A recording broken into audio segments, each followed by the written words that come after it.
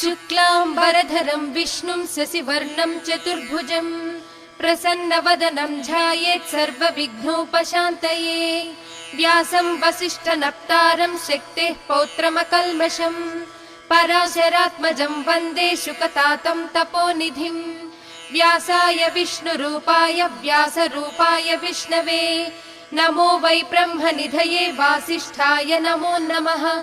अविकाराय शुद्धाय नित्याय परमात्मने सदैकरूपरूपाय विष्णवे सर्वजिष्णवे यस्य स्मरणमात्रेण जन्म संसारबन्धनात् विमुच्यते नमस्तस्मै विष्णवे प्रभविष्णवे।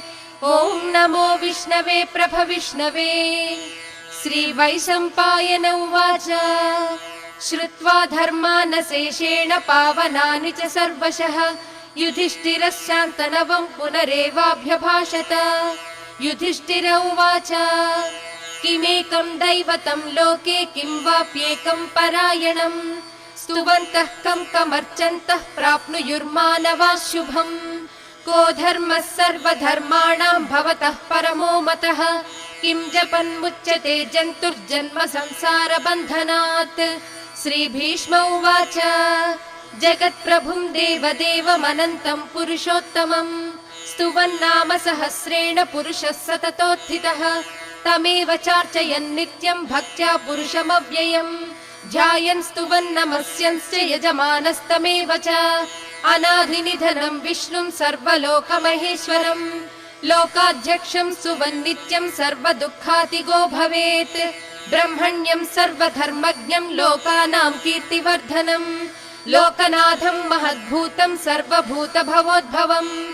एष मे सर्वधर्माणां धर्मोऽधिकतमो मतः यद्भक्त्या पुण्डरीकाक्षं स्तवैरर्चेन्नरः सदा।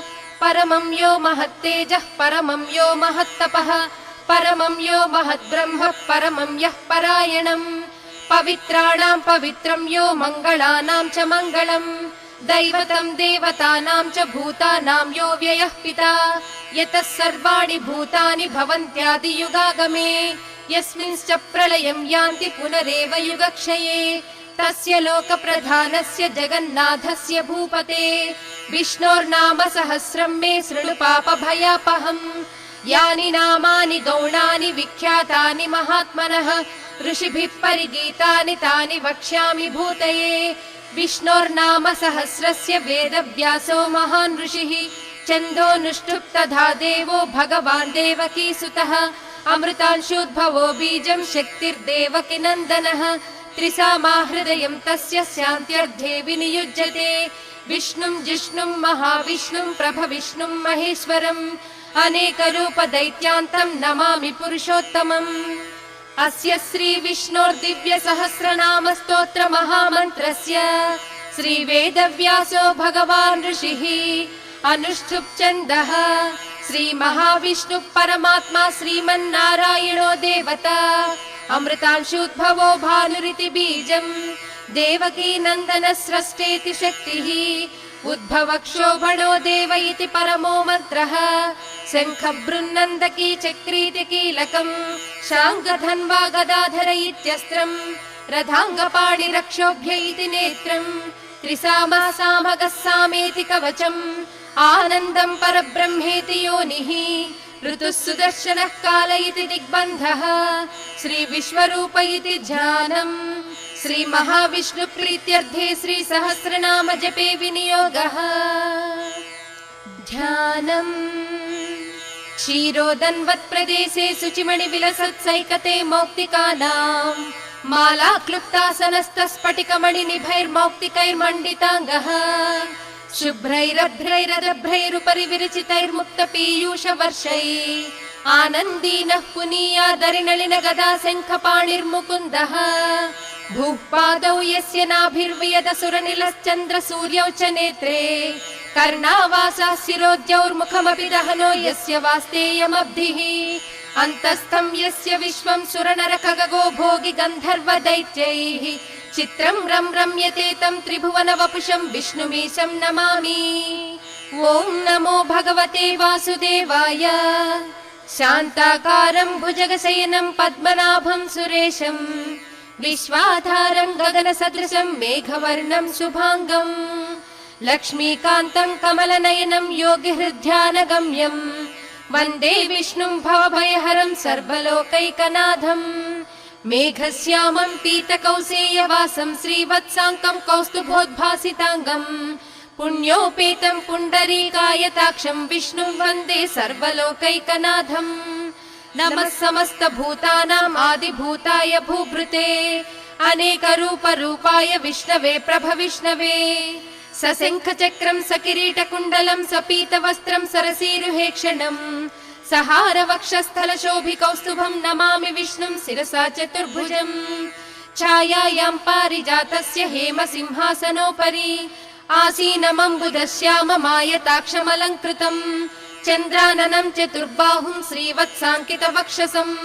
रुक्मिणी सत्यभामाभ्यां सहितं कृष्णमाश्रये हरिः ओम् विश्वं विष्णुर्वषट्कारो भूतभव्यभवत्प्रभुः भूतकृद्भूतभृद्भावो भूतात्मा भूतभावनः पूतात्मा परमात्मा च मुक्तानां परमागतिः अव्ययः पुरुषः साक्षी क्षेत्रज्ञोऽक्षर एव च योगो योगविदां नेता प्रधानपुरुषेश्वरः नारसिंहवपुः श्रीमान् केशवः पुरुषोत्तमः सर्वस्सर्वशिवस्थाणुर्भूतादिर्निधिरव्ययः सम्भवो भावनो भर्ता प्रभवः प्रभुरीश्वरः स्वयंभूशम्भुरादित्यः पुष्कराक्षो महास्वनः अनादिनिधनो धाता विधाता धातुरुत्तमः अप्रमेयो हृषिकेशः पद्मनाभोऽमरप्रभुः विश्वकर्मा मनुस्त्वष्टा स्थविष्ठस्थविरो ध्रुवः अग्राह्यः शाश्वतः कृष्णो लोहिताक्षः प्रतर्दनः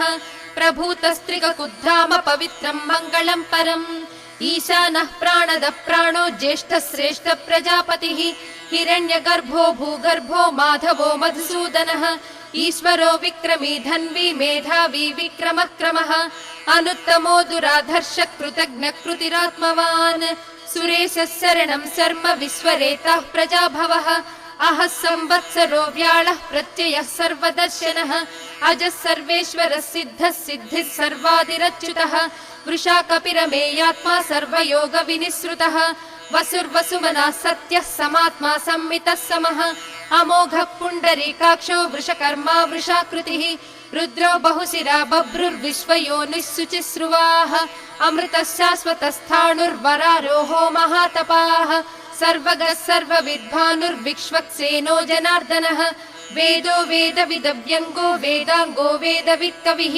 लोकाध्यक्षः सुराध्यक्षो धर्माध्यक्ष कृताकृतः चतुरात्मा चतुर्व्यूहश्चतुर्दंष्टश्चतुर्भुजः भ्राजिष्णुर्भोजनं भोक्ता सहिष्णुर्जगदादिजः अनघो विजयो जेता विश्वयोनिः पुनर्वसुः उपेन्द्रो वामनः प्रांशुरमोघः सुचिरूर्जितः अतीन्द्रः सङ्ग्रहः सर्गो धृतात्मा नियमो यमः वेद्यो वैद्यः सदा योगी वीरः माधवो मधुः अतीन्द्रियो महामायो महोत्साहो महाबलः महाबुद्धिर्महावीर्यो महाशक्तिर्महाद्युतिः अनिर्देश्य वपुः श्रीमान् अमेयात्मा महाधृधृत् महेश्वासो महीभर्ता श्रीनिवासः सताङ्गतिः अनिरुद्धः सुरानन्दो गोविन्दो गोविदाम्पतिः मरीचिर्दमनो हंसः सुपर्णो भुजगोत्तमः हिरण्यनाभः सुतपः पद्मनाभः प्रजापतिः अमृत्युः सर्वदृक्सिंहः सन्धाता सन्धिमान् स्थिरः अजो दुर्मर्शनः शास्ता विश्रुतात्मा सुरारिः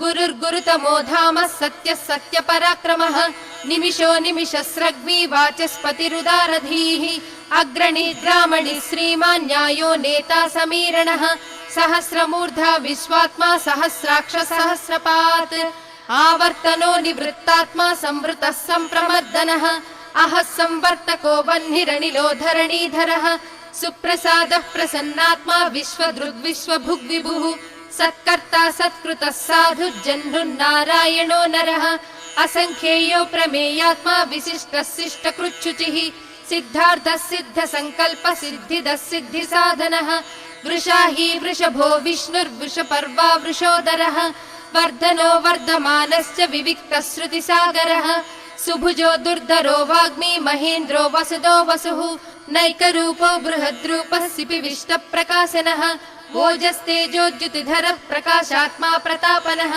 रुद्धः स्पष्टाक्षरो मन्तश्चन्द्रांशुर्भास्करद्युतिः अमृतांशूद्भवो भानुः शशिबिन्दुः सुरेश्वरः औषधं जगतः सेतुः सत्यधर्मपराक्रमः भूतभव्यभवन्नाथः पवनः पावनो नलः कामः कामकृत्कान्तः कामः कामप्रदप्रभुः युगादिकृज्जुगावर्तो नैकमायो महाशनः अदृश्यो व्यक्तरूपश्च सहस्रजिदनन्तजित् इष्टो विशिष्टः शिष्टेष्टः शिखण्डी नहुषो वृषः क्रोधः क्रोधकृत्कर्ता विश्वबाहुर्महीधरः अच्युतः प्रदितः प्राणः प्राणदो वासवानुजः अपां निधिरधिष्ठानम् अप्रमत्तः प्रतिष्ठितः स्कन्दः स्कन्दधरो धुर्यो वरदो वायुवाहनः वासुदेवो बृहद्भानुरादिदेवः पुरन्दरः अशोकस्तारणस्तारः सूरः शौरिर्जनेश्वरः अनुकूलस्य तावर्तः पद्मी पद्मनिभेक्षणः पद्मनाभोरविन्दाक्षः पद्मगर्भः शरीरभृत् महद्भिर्रुद्धो वृद्धात्मा महाक्षो गरुडध्वजः अतुलः शरभो भीमः समयज्ञो हविर्हरिः सर्वलक्षणलक्षण्यो लक्ष्मीवान् समितिञ्जयः दिक्षरो रोहितो मार्गो हेतुर्दामोदरः सहः महीधरो महाभागो वेगवानमिताशनः उद्भवः क्षोभनो देवः श्रीगर्भः परमेश्वरः करणं कारणं कर्ता विकर्ता गहनो गुहः व्यवसायो व्यवस्थानः संस्थानस्थानदो ध्रुवः परर्धिः परमस्पष्टस्तुष्टः पुष्टः सुभेक्षणः रामो विरामो विरजो मार्गो नेयो नयो नयः वीरः शक्तिमतां श्रेष्ठो धर्मो धर्मविदुत्तमः वैकुण्ठः पुरुषः प्राणः प्राणदः प्रणवपृदुः हिरण्यगर्भः शत्रुघ्नो व्याप्तो वायुरधोक्षजः ऋतुः सुदर्शनः कालः परमेष्ठी परिग्रहः उग्रः संवत्सरो दक्षो विश्रामो विश्वदक्षिणः विस्तारस्थावरस्थाणुः प्रमाणं बीजमव्ययम् अर्धोऽनर्धो महाकोशो महाभोगो महाधनः अनिर्विण्णस्तविष्टो भूधर्मयूपो महामकः नक्षत्रनेमिर्नक्षत्री क्षमः क्षामः समीहनः यज्ञयुज्यो महेज्यश्चक्रतुः सत्रं सताङ्गतिः सर्वदर्शी निवृत्तात्मा सर्वज्ञो ज्ञानमुत्तमम् सुव्रतः सुमुखः सूक्ष्मः सुघोषः सुखदः सुहृत् मनोहरो जितक्रोधो वीरबाहुर्विदारणः स्वापनः स्ववशो व्यापी नैकात्मा नैककर्मकृत् वत्सरो वत्सलो वत्सी रत्नगर्भो धनेश्वरः धर्मगुद्धर्मकृद्धर्मी सदसक्षरमक्षरम् अविज्ञाता सहस्रांशुर्विधाता कृतलक्षणः गभस्तिनेमिः सत्त्वस्थः सिंहो भूतमहेश्वरः आदिदेवो महादेवो देवेशो देवभृद्गुरुः उत्तरो गोपतिर्गोप्ता ज्ञानगम्यः पुरातनः शरीरभूतभृद्भोक्ता कपीन्द्रो भूरि दक्षिणः सोमपोमृतपः सोमः पुरुजित्पुरुसत्तमः विनयो जयः सत्यसन्धो दासार्हः सात्वतां पतिः जीवो विनयिता साक्षी मुकुन्दो मितविक्रमः अम्भो निधिरनन्तात्मा महोदधिशयोऽन्तकः अजो महार्हः स्वाभाव्यो जितामित्रः प्रमोदनः आनन्दो नन्दनो नन्दः सत्यधर्मा त्रिविक्रमः महर्षिः कपिलाचार्यः कृतज्ञो मेदिनीपतिः त्रिपदस्त्रिदशाध्यक्षो महाशृङ्गः कृतान्तकृत् महावराहो गोविन्दः सुषेणः कनकाङ्गदी गुह्यो गभीरो गहनो गुप्तश्चक्रगदाधरः वेधास्वाङ्गोजितः कृष्णो दृढः सङ्कर्षणोच्युतः वरुणो वारुणो वृक्षः पुष्कराक्षो महामनाः भगवान् भगः नन्दी वनमाली हलायुधः आदित्यो ज्योतिरादित्यः सहिष्णुर्गतिसत्तमः सुधन्वा खण्ड परशुद्धारुणो द्रविणप्रदः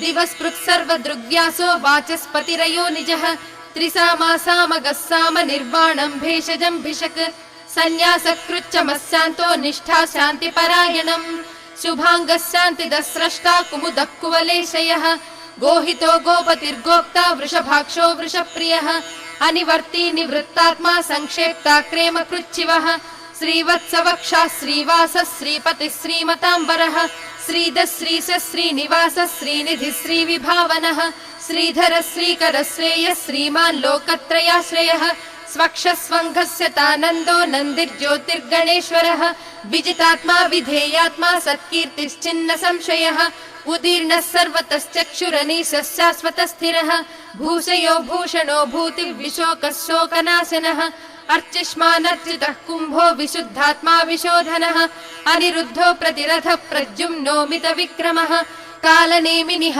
वीरः शौरिः शूरजनीश्वरः त्रिलोकात्मा त्रिलोकेशः केशवः केशिः हरिः कामदेवः कामपालः कामी कान्तः कृतागमः अनिर्देश्य वपुर्विष्णुर्वीरोऽनन्तो धनञ्जयः ब्रह्मण्यो ब्रह्मकृद्ब्रह्मा ब्रह्म ब्रह्म विवर्धनः ब्रह्मविद्ब्राह्मणो ब्रह्मी ब्रह्मज्ञो ब्राह्मणप्रियः महाक्रमो महाकर्मा महातेजा महोरगः महाक्रतुर्महायज्वा महायज्ञो महाहविः स्तव्यस्तव प्रियस्तोत्रम् स्तुतिस्तोतारणप्रियः पूर्णः पूरयिता पुण्यः पुण्यकीर्तिरनामयः मनोजवस्तीर्धकरो वसुरेता वसुप्रदः वसुप्रदो वासुदेवो वसुर्वसुमनाहविः सद्गतिः सत्कृतिः सत्ता सद्भूतिः सत्परायणः शूरसेनो यदुश्रेष्ठः सन्निवासः सुयामुनः भूता वासो वासुदेवः सर्वासु निलयो नलः दर्पः दर्पदो दृप्तो दुर्धरोधापराजितः विश्वमूर्तिर्महामूर्तिर्दीपमूर्तिरमूर्तिमान् अनेकमूर्तिरव्यक्तः शतमूर्तिः शताननः एको नैकः स वः कः किं यत्तत्पदमनुत्तमम् लोकबन्धुर्लोकनाथो माधवो भक्तवत्सलः सुवर्णवर्णो हेमाङ्गो वराङ्गश्चन्दनाङ्गदी वीराः विषमः शून्यो घृताशीरचलश्चलः अमानी मानदो मान्यो लोकस्वामी त्रिलोकधृत् सुमेधा मेधजो धन्यः सत्यमेधाधराधरः तेजो वृषोज्युतिधरः सर्वशस्त्रभृताम्बरः प्रग्रहो निग्रहो व्यग्रो नैकशृङ्गो गदाग्रजः चतुर्मूर्तिश्चतुर्बाहुश्चतुर्व्यूहश्चतुर्गतिः चतुरात्मा चतुर्भावश्चतुर्वेद विदेकपात् समावर्तो निवृत्तात्मा दुर्जयो दुरतिक्रमः दुर्लभो दुर्गमो दुर्गो दुरावासो दुरारिः शुभाङ्गो लोकसारङ्गः सुतन्तुस्तन्तुवर्धनः इन्द्रकर्मा महाकर्मा कृतकर्मा कृतागमः उद्भवः सुन्दरः सुन्दो रत्ननाभः सुलोचनः अर्को वाजस निःसृङ्गी जयन्तः सर्वविजयी सुवर्णबिन्दुरक्षोभ्यः सर्ववागीश्वरेश्वरः महाह्रदो महागर्तो महाभूतो महानिधिः कुमुदः कुन्दरः कुन्दः पर्जन्यः पावनो निलः अमृतांशो मृतवपुः सर्वज्ञः सर्वतोमुखः सुलभः सुव्रतः सिद्धः शत्रुजित् शत्रुतापनः व्यग्रोधो दुम्बरोऽश्वत्थश्चाणूरान्ध्रनिषूदनः सहस्रार्चिः सप्तजिह्वः सप्तैधा सप्तवाहनः अमूर्तिरनघोचिन्त्यो भयकृद्भयनाशनः अणुर्बृहत्कृशस्थूलो गुणभृन्निर्गुणो महान् अधृतस्वधृतस्वास्थ्यः प्राग्वंश्यो वंशवर्धनः भारभृत्कथितो योगी योगीशः सर्वकामदः आश्रमश्रमणक्षामः सुपर्णो वायुवाहनः धनुर्धरो धनुर्वेदो दण्डो दमयिता दमः अपराजितः सर्वसहो नियन्ता नियमो यमः सत्त्ववान् सात्विकः सत्यः सत्यधर्मपरायणः अभिप्रायः प्रियार्होर्हः प्रियकृत्प्रीतिवर्धनः विहाय सगतिर्ज्योतिः सुरुचिः हुतभुग्विभुः रविर्विलोचनः सूर्यः सविता रविलोचनः अनन्तो हुतभुग्भोक्ता सुखदो नैकदोऽग्रजः अनिर्विण्णः सदामर्षि लोकाधिष्ठानमद्भुतः सनातनस्तमः कपिलः कपिरव्ययः स्वस्तिदः स्वस्ति कृत् स्वस्ति स्वस्ति भुक् स्वस्ति दक्षिणः अरौद्रः कुण्डली चक्री विक्रम्यूर्जितशासनः शब्दादिगः शब्दसः शिशिरः शर्वरीकरः अक्रूरः पेशलो दक्षो दक्षिणः क्षमिनाम्बरः विद्वत्तमो वीतभयः पुण्यश्रवणकीर्तनः उत्तारणो दुष्कृतिः पुण्यो दुःस्वप्ननाशनः वीरः रक्षणः सन्तो जीवनं पर्यवस्थितः अनन्तरूपोऽनन्तश्रीर्जितमन्युर्भयापहः चतुरस्रो गभीरात्मा विदिशो व्यादिशो दिशः अनादिर्भूर्भुवो लक्ष्मी सुवीरो रुचिराङ्गदः जननो जनजन्माधिर्भीमो भीमपराक्रमः आधारनिलयो धाता पुष्पहास प्रजागरः ऊर्ध्वगः सत्पदाचारः प्राणदः प्रणवप्पणः प्रमाणं प्राणनिलयः प्राणभृत् प्राणजीवनः तत्त्वं तत्त्वविदेकात्मा जन्म मृत्युजरातिगः भूर्भुवः स्वस्तरुस्सारः सविता प्रपितामहः यज्ञो यज्ञपतिर्यज्वा यज्ञाङ्गो यज्ञवाहनः यज्ञभृद्यज्ञकृद्यज्ञी यज्ञभुग्यज्ञसाधनः यज्ञान्तकृद्यज्ञगुह्यमन्नमन्नादयेव च आत्मयोनिः स्वयं जातो वैखानः सामगायनः देवकी नन्दन स्रष्टा क्षितिशः पापनाशनः शङ्खबृन्नन्दकी चक्री शाङ्खधन्वा गदाधरः रथाङ्गपाणिरक्षोभ्यः सर्वप्रहरणायुधः श्री सर्वप्रहरणायुध ॐ नमः इति। वनमाली गदिशाङ्गी शङ्खी चक्री च नन्दकी श्रीमान् नारायणो विष्णुर्वासुदेवोऽभिरक्षतु। वनमाली गदिशाङ्गी शङ्खी चक्री च नन्दकी श्रीमान् नारायणो विष्णुर्वासुदेवोऽभिरक्षतु। वनमाली गदिशाङ्गी शङ्खी चक्री च नन्दकी श्रीमान् नारायणो विष्णुर्वासुदेवोऽभिरक्षतु। इतीदं कीर्तनीयस्य केशवस्य महात्मनः नाम्नां सहस्रं दिव्यानामशेषेण प्रकीर्तितम्। य इदं शृणुयान् नित्यं यश्चापि परिकीर्तयेत् नाशुभं प्राप्नुयात् किञ्चित् सोमुत्रेह च मानवः। वेदान्तको ब्राह्मणः स्यात् क्षत्रियो विजयी भवेत् वैश्यो धनसमृद्धः स्यात् शूद्रः सुखमवाप्नुयात्। धर्मार्थी प्राप्नुयात् धर्ममर्धार्थी चार्धमाप्नुयात्। कामानवाप्नुयात् कामी प्रजार्थी चाप्नुयात् प्रजाः। भक्तिमान् यः सदोत्थाय शुचिः सद्गतमानसः सहस्रं वासुदेवस्य नाम्नामेतत् प्रकीर्तयेत्। यशः प्राप्नोति विपुलं याति प्राधान्यमेव च अचलां श्रियमाप्नोति श्रेयः प्राप्नोत्यनुत्तमम्। न भयं क्वचिदाप्नोति वीर्यं तेजश्च विन्दति। भवत्यरोगो द्युतिमान् बलरूपगुणान्वितः रोगार्तो मुच्यते रोगार्बद्धो मुच्येत बन्धनात्। भयान्मुच्येत भीतस्तु मुच्येतापन्न आपदः। दुर्गाण्यतितरत्याशु पुरुषः पुरुषोत्तमम् स्तुवन्नाम सहस्रेण नित्यं भक्ति समन्वितः। वासुदेवाश्रयो मर्त्यो वासुदेवपरायणः सर्वपाप विशुद्धात्मा याति ब्रह्म सनातनम्। न वासुदेव भक्तानाम् अशुभं विद्यते क्वचित् जन्म मृत्युजरा व्याधि भयं नैवोपजायते। इमं स्तवमधीयानः श्रद्धा भक्ति समन्वितः युज्येतात्मसुख क्षान्तिः श्रीधृति स्मृति कीर्तिभिः। न क्रोधो न च मात्सर्यं न लोभो नाशुभामतिः भवन्ति कृत पुण्यानां भक्तानां पुरुषोत्तमे। द्यौः चन्द्रार्क नक्षत्रं खं दिशो भूर्महो दधिः वासुदेवस्य वीर्येण विधृतानि महात्मनः। ससुरासुर गन्धर्वं सयक्षोरगराक्षसम् जगद्वशे वर्ततेदं कृष्णस्य सचराचरम्। इन्द्रियाणि मनोबुद्धिः सत्त्वं तेजो बलं धृतिः वासुदेवात्मकान्याहुः क्षेत्रं क्षेत्रज्ञ एव च। सर्वागमानामाचारः प्रथमं परिकल्पितः आचार प्रभवो धर्मो धर्मस्य प्रभुरच्युतः। ऋषयः पितरो देवा महाभूतानि धातवः जङ्गमा जङ्गमं चेदं जगन्नारायणोद्भवम्। योगो ज्ञानं तथा साङ्ख्यं विद्या शिल्पादिकर्म च वेदः शास्त्राणि विज्ञानम् एतत् सर्वं जनार्दनात्। एको विष्णुर्महद्भूतं पृथग्भूतान्यनेकशः त्रीन् लोकान् व्याप्य भूतात्मा भुङ्क्ते विश्वभुगव्ययः।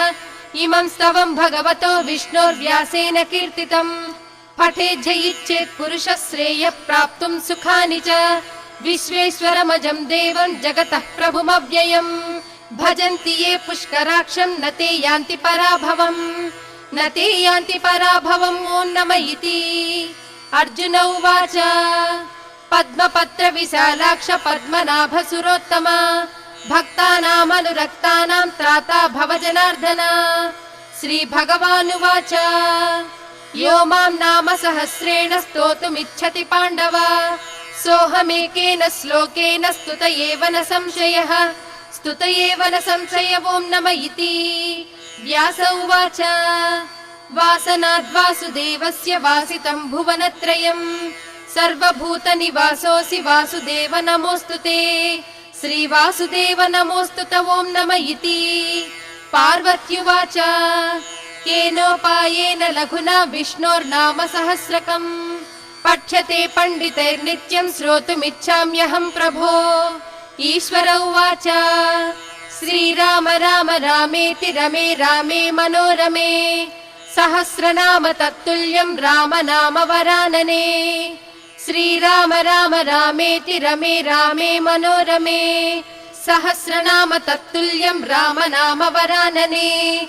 श्रीराम राम रामेति रमे रामे मनोरमे सहस्रनाम तत्तुल्यं राम नाम वरानने श्रीराम नाम वरानन ॐ नम इति ब्रह्म उवाच नमोऽस्त्वनन्ताय सहस्रमूर्तये सहस्रपादाक्षि शिरोरुबाहवे सहस्रनाम्ने पुरुषाय शाश्वते सहस्रकोटि युगधारिणे नमः श्री सहस्रकोटि युगधारिणे नमः ॐ नम इति संजय उवाच यत्र योगीश्वरः कृष्णो यत्र पार्थो धनुर्धरः तत्र श्रीर्विजयो भूतिर्ध्रुवा नीतिर्मतिर्मम श्रीभगवानुवाच अनन्याश्चिन्तयन्तो मां ये जनाः पर्युपासते तेषां नित्याभियुक्तानां योगक्षेमं वहाम्यहम् परित्राणाय साधूनां विनाशाय च दुष्कृतां धर्म संस्थापनार्थाय सम्भवामि युगे युगे आर्ता विषण्णाः शिथिलाश्च भीता घोरेषु च व्याधिषु वर्तमानाः संकीर्त्य नारायण शब्दमात्रं विमुक्त दुःखाः सुखिनो भवन्ति कायेन वाचा मनसेन्द्रियैर्वा बुद्ध्यात्मना वा प्रकृते स्वभावात् करोमि यद्यत् सकलं परस्मै नारायणायेति समर्पयामि।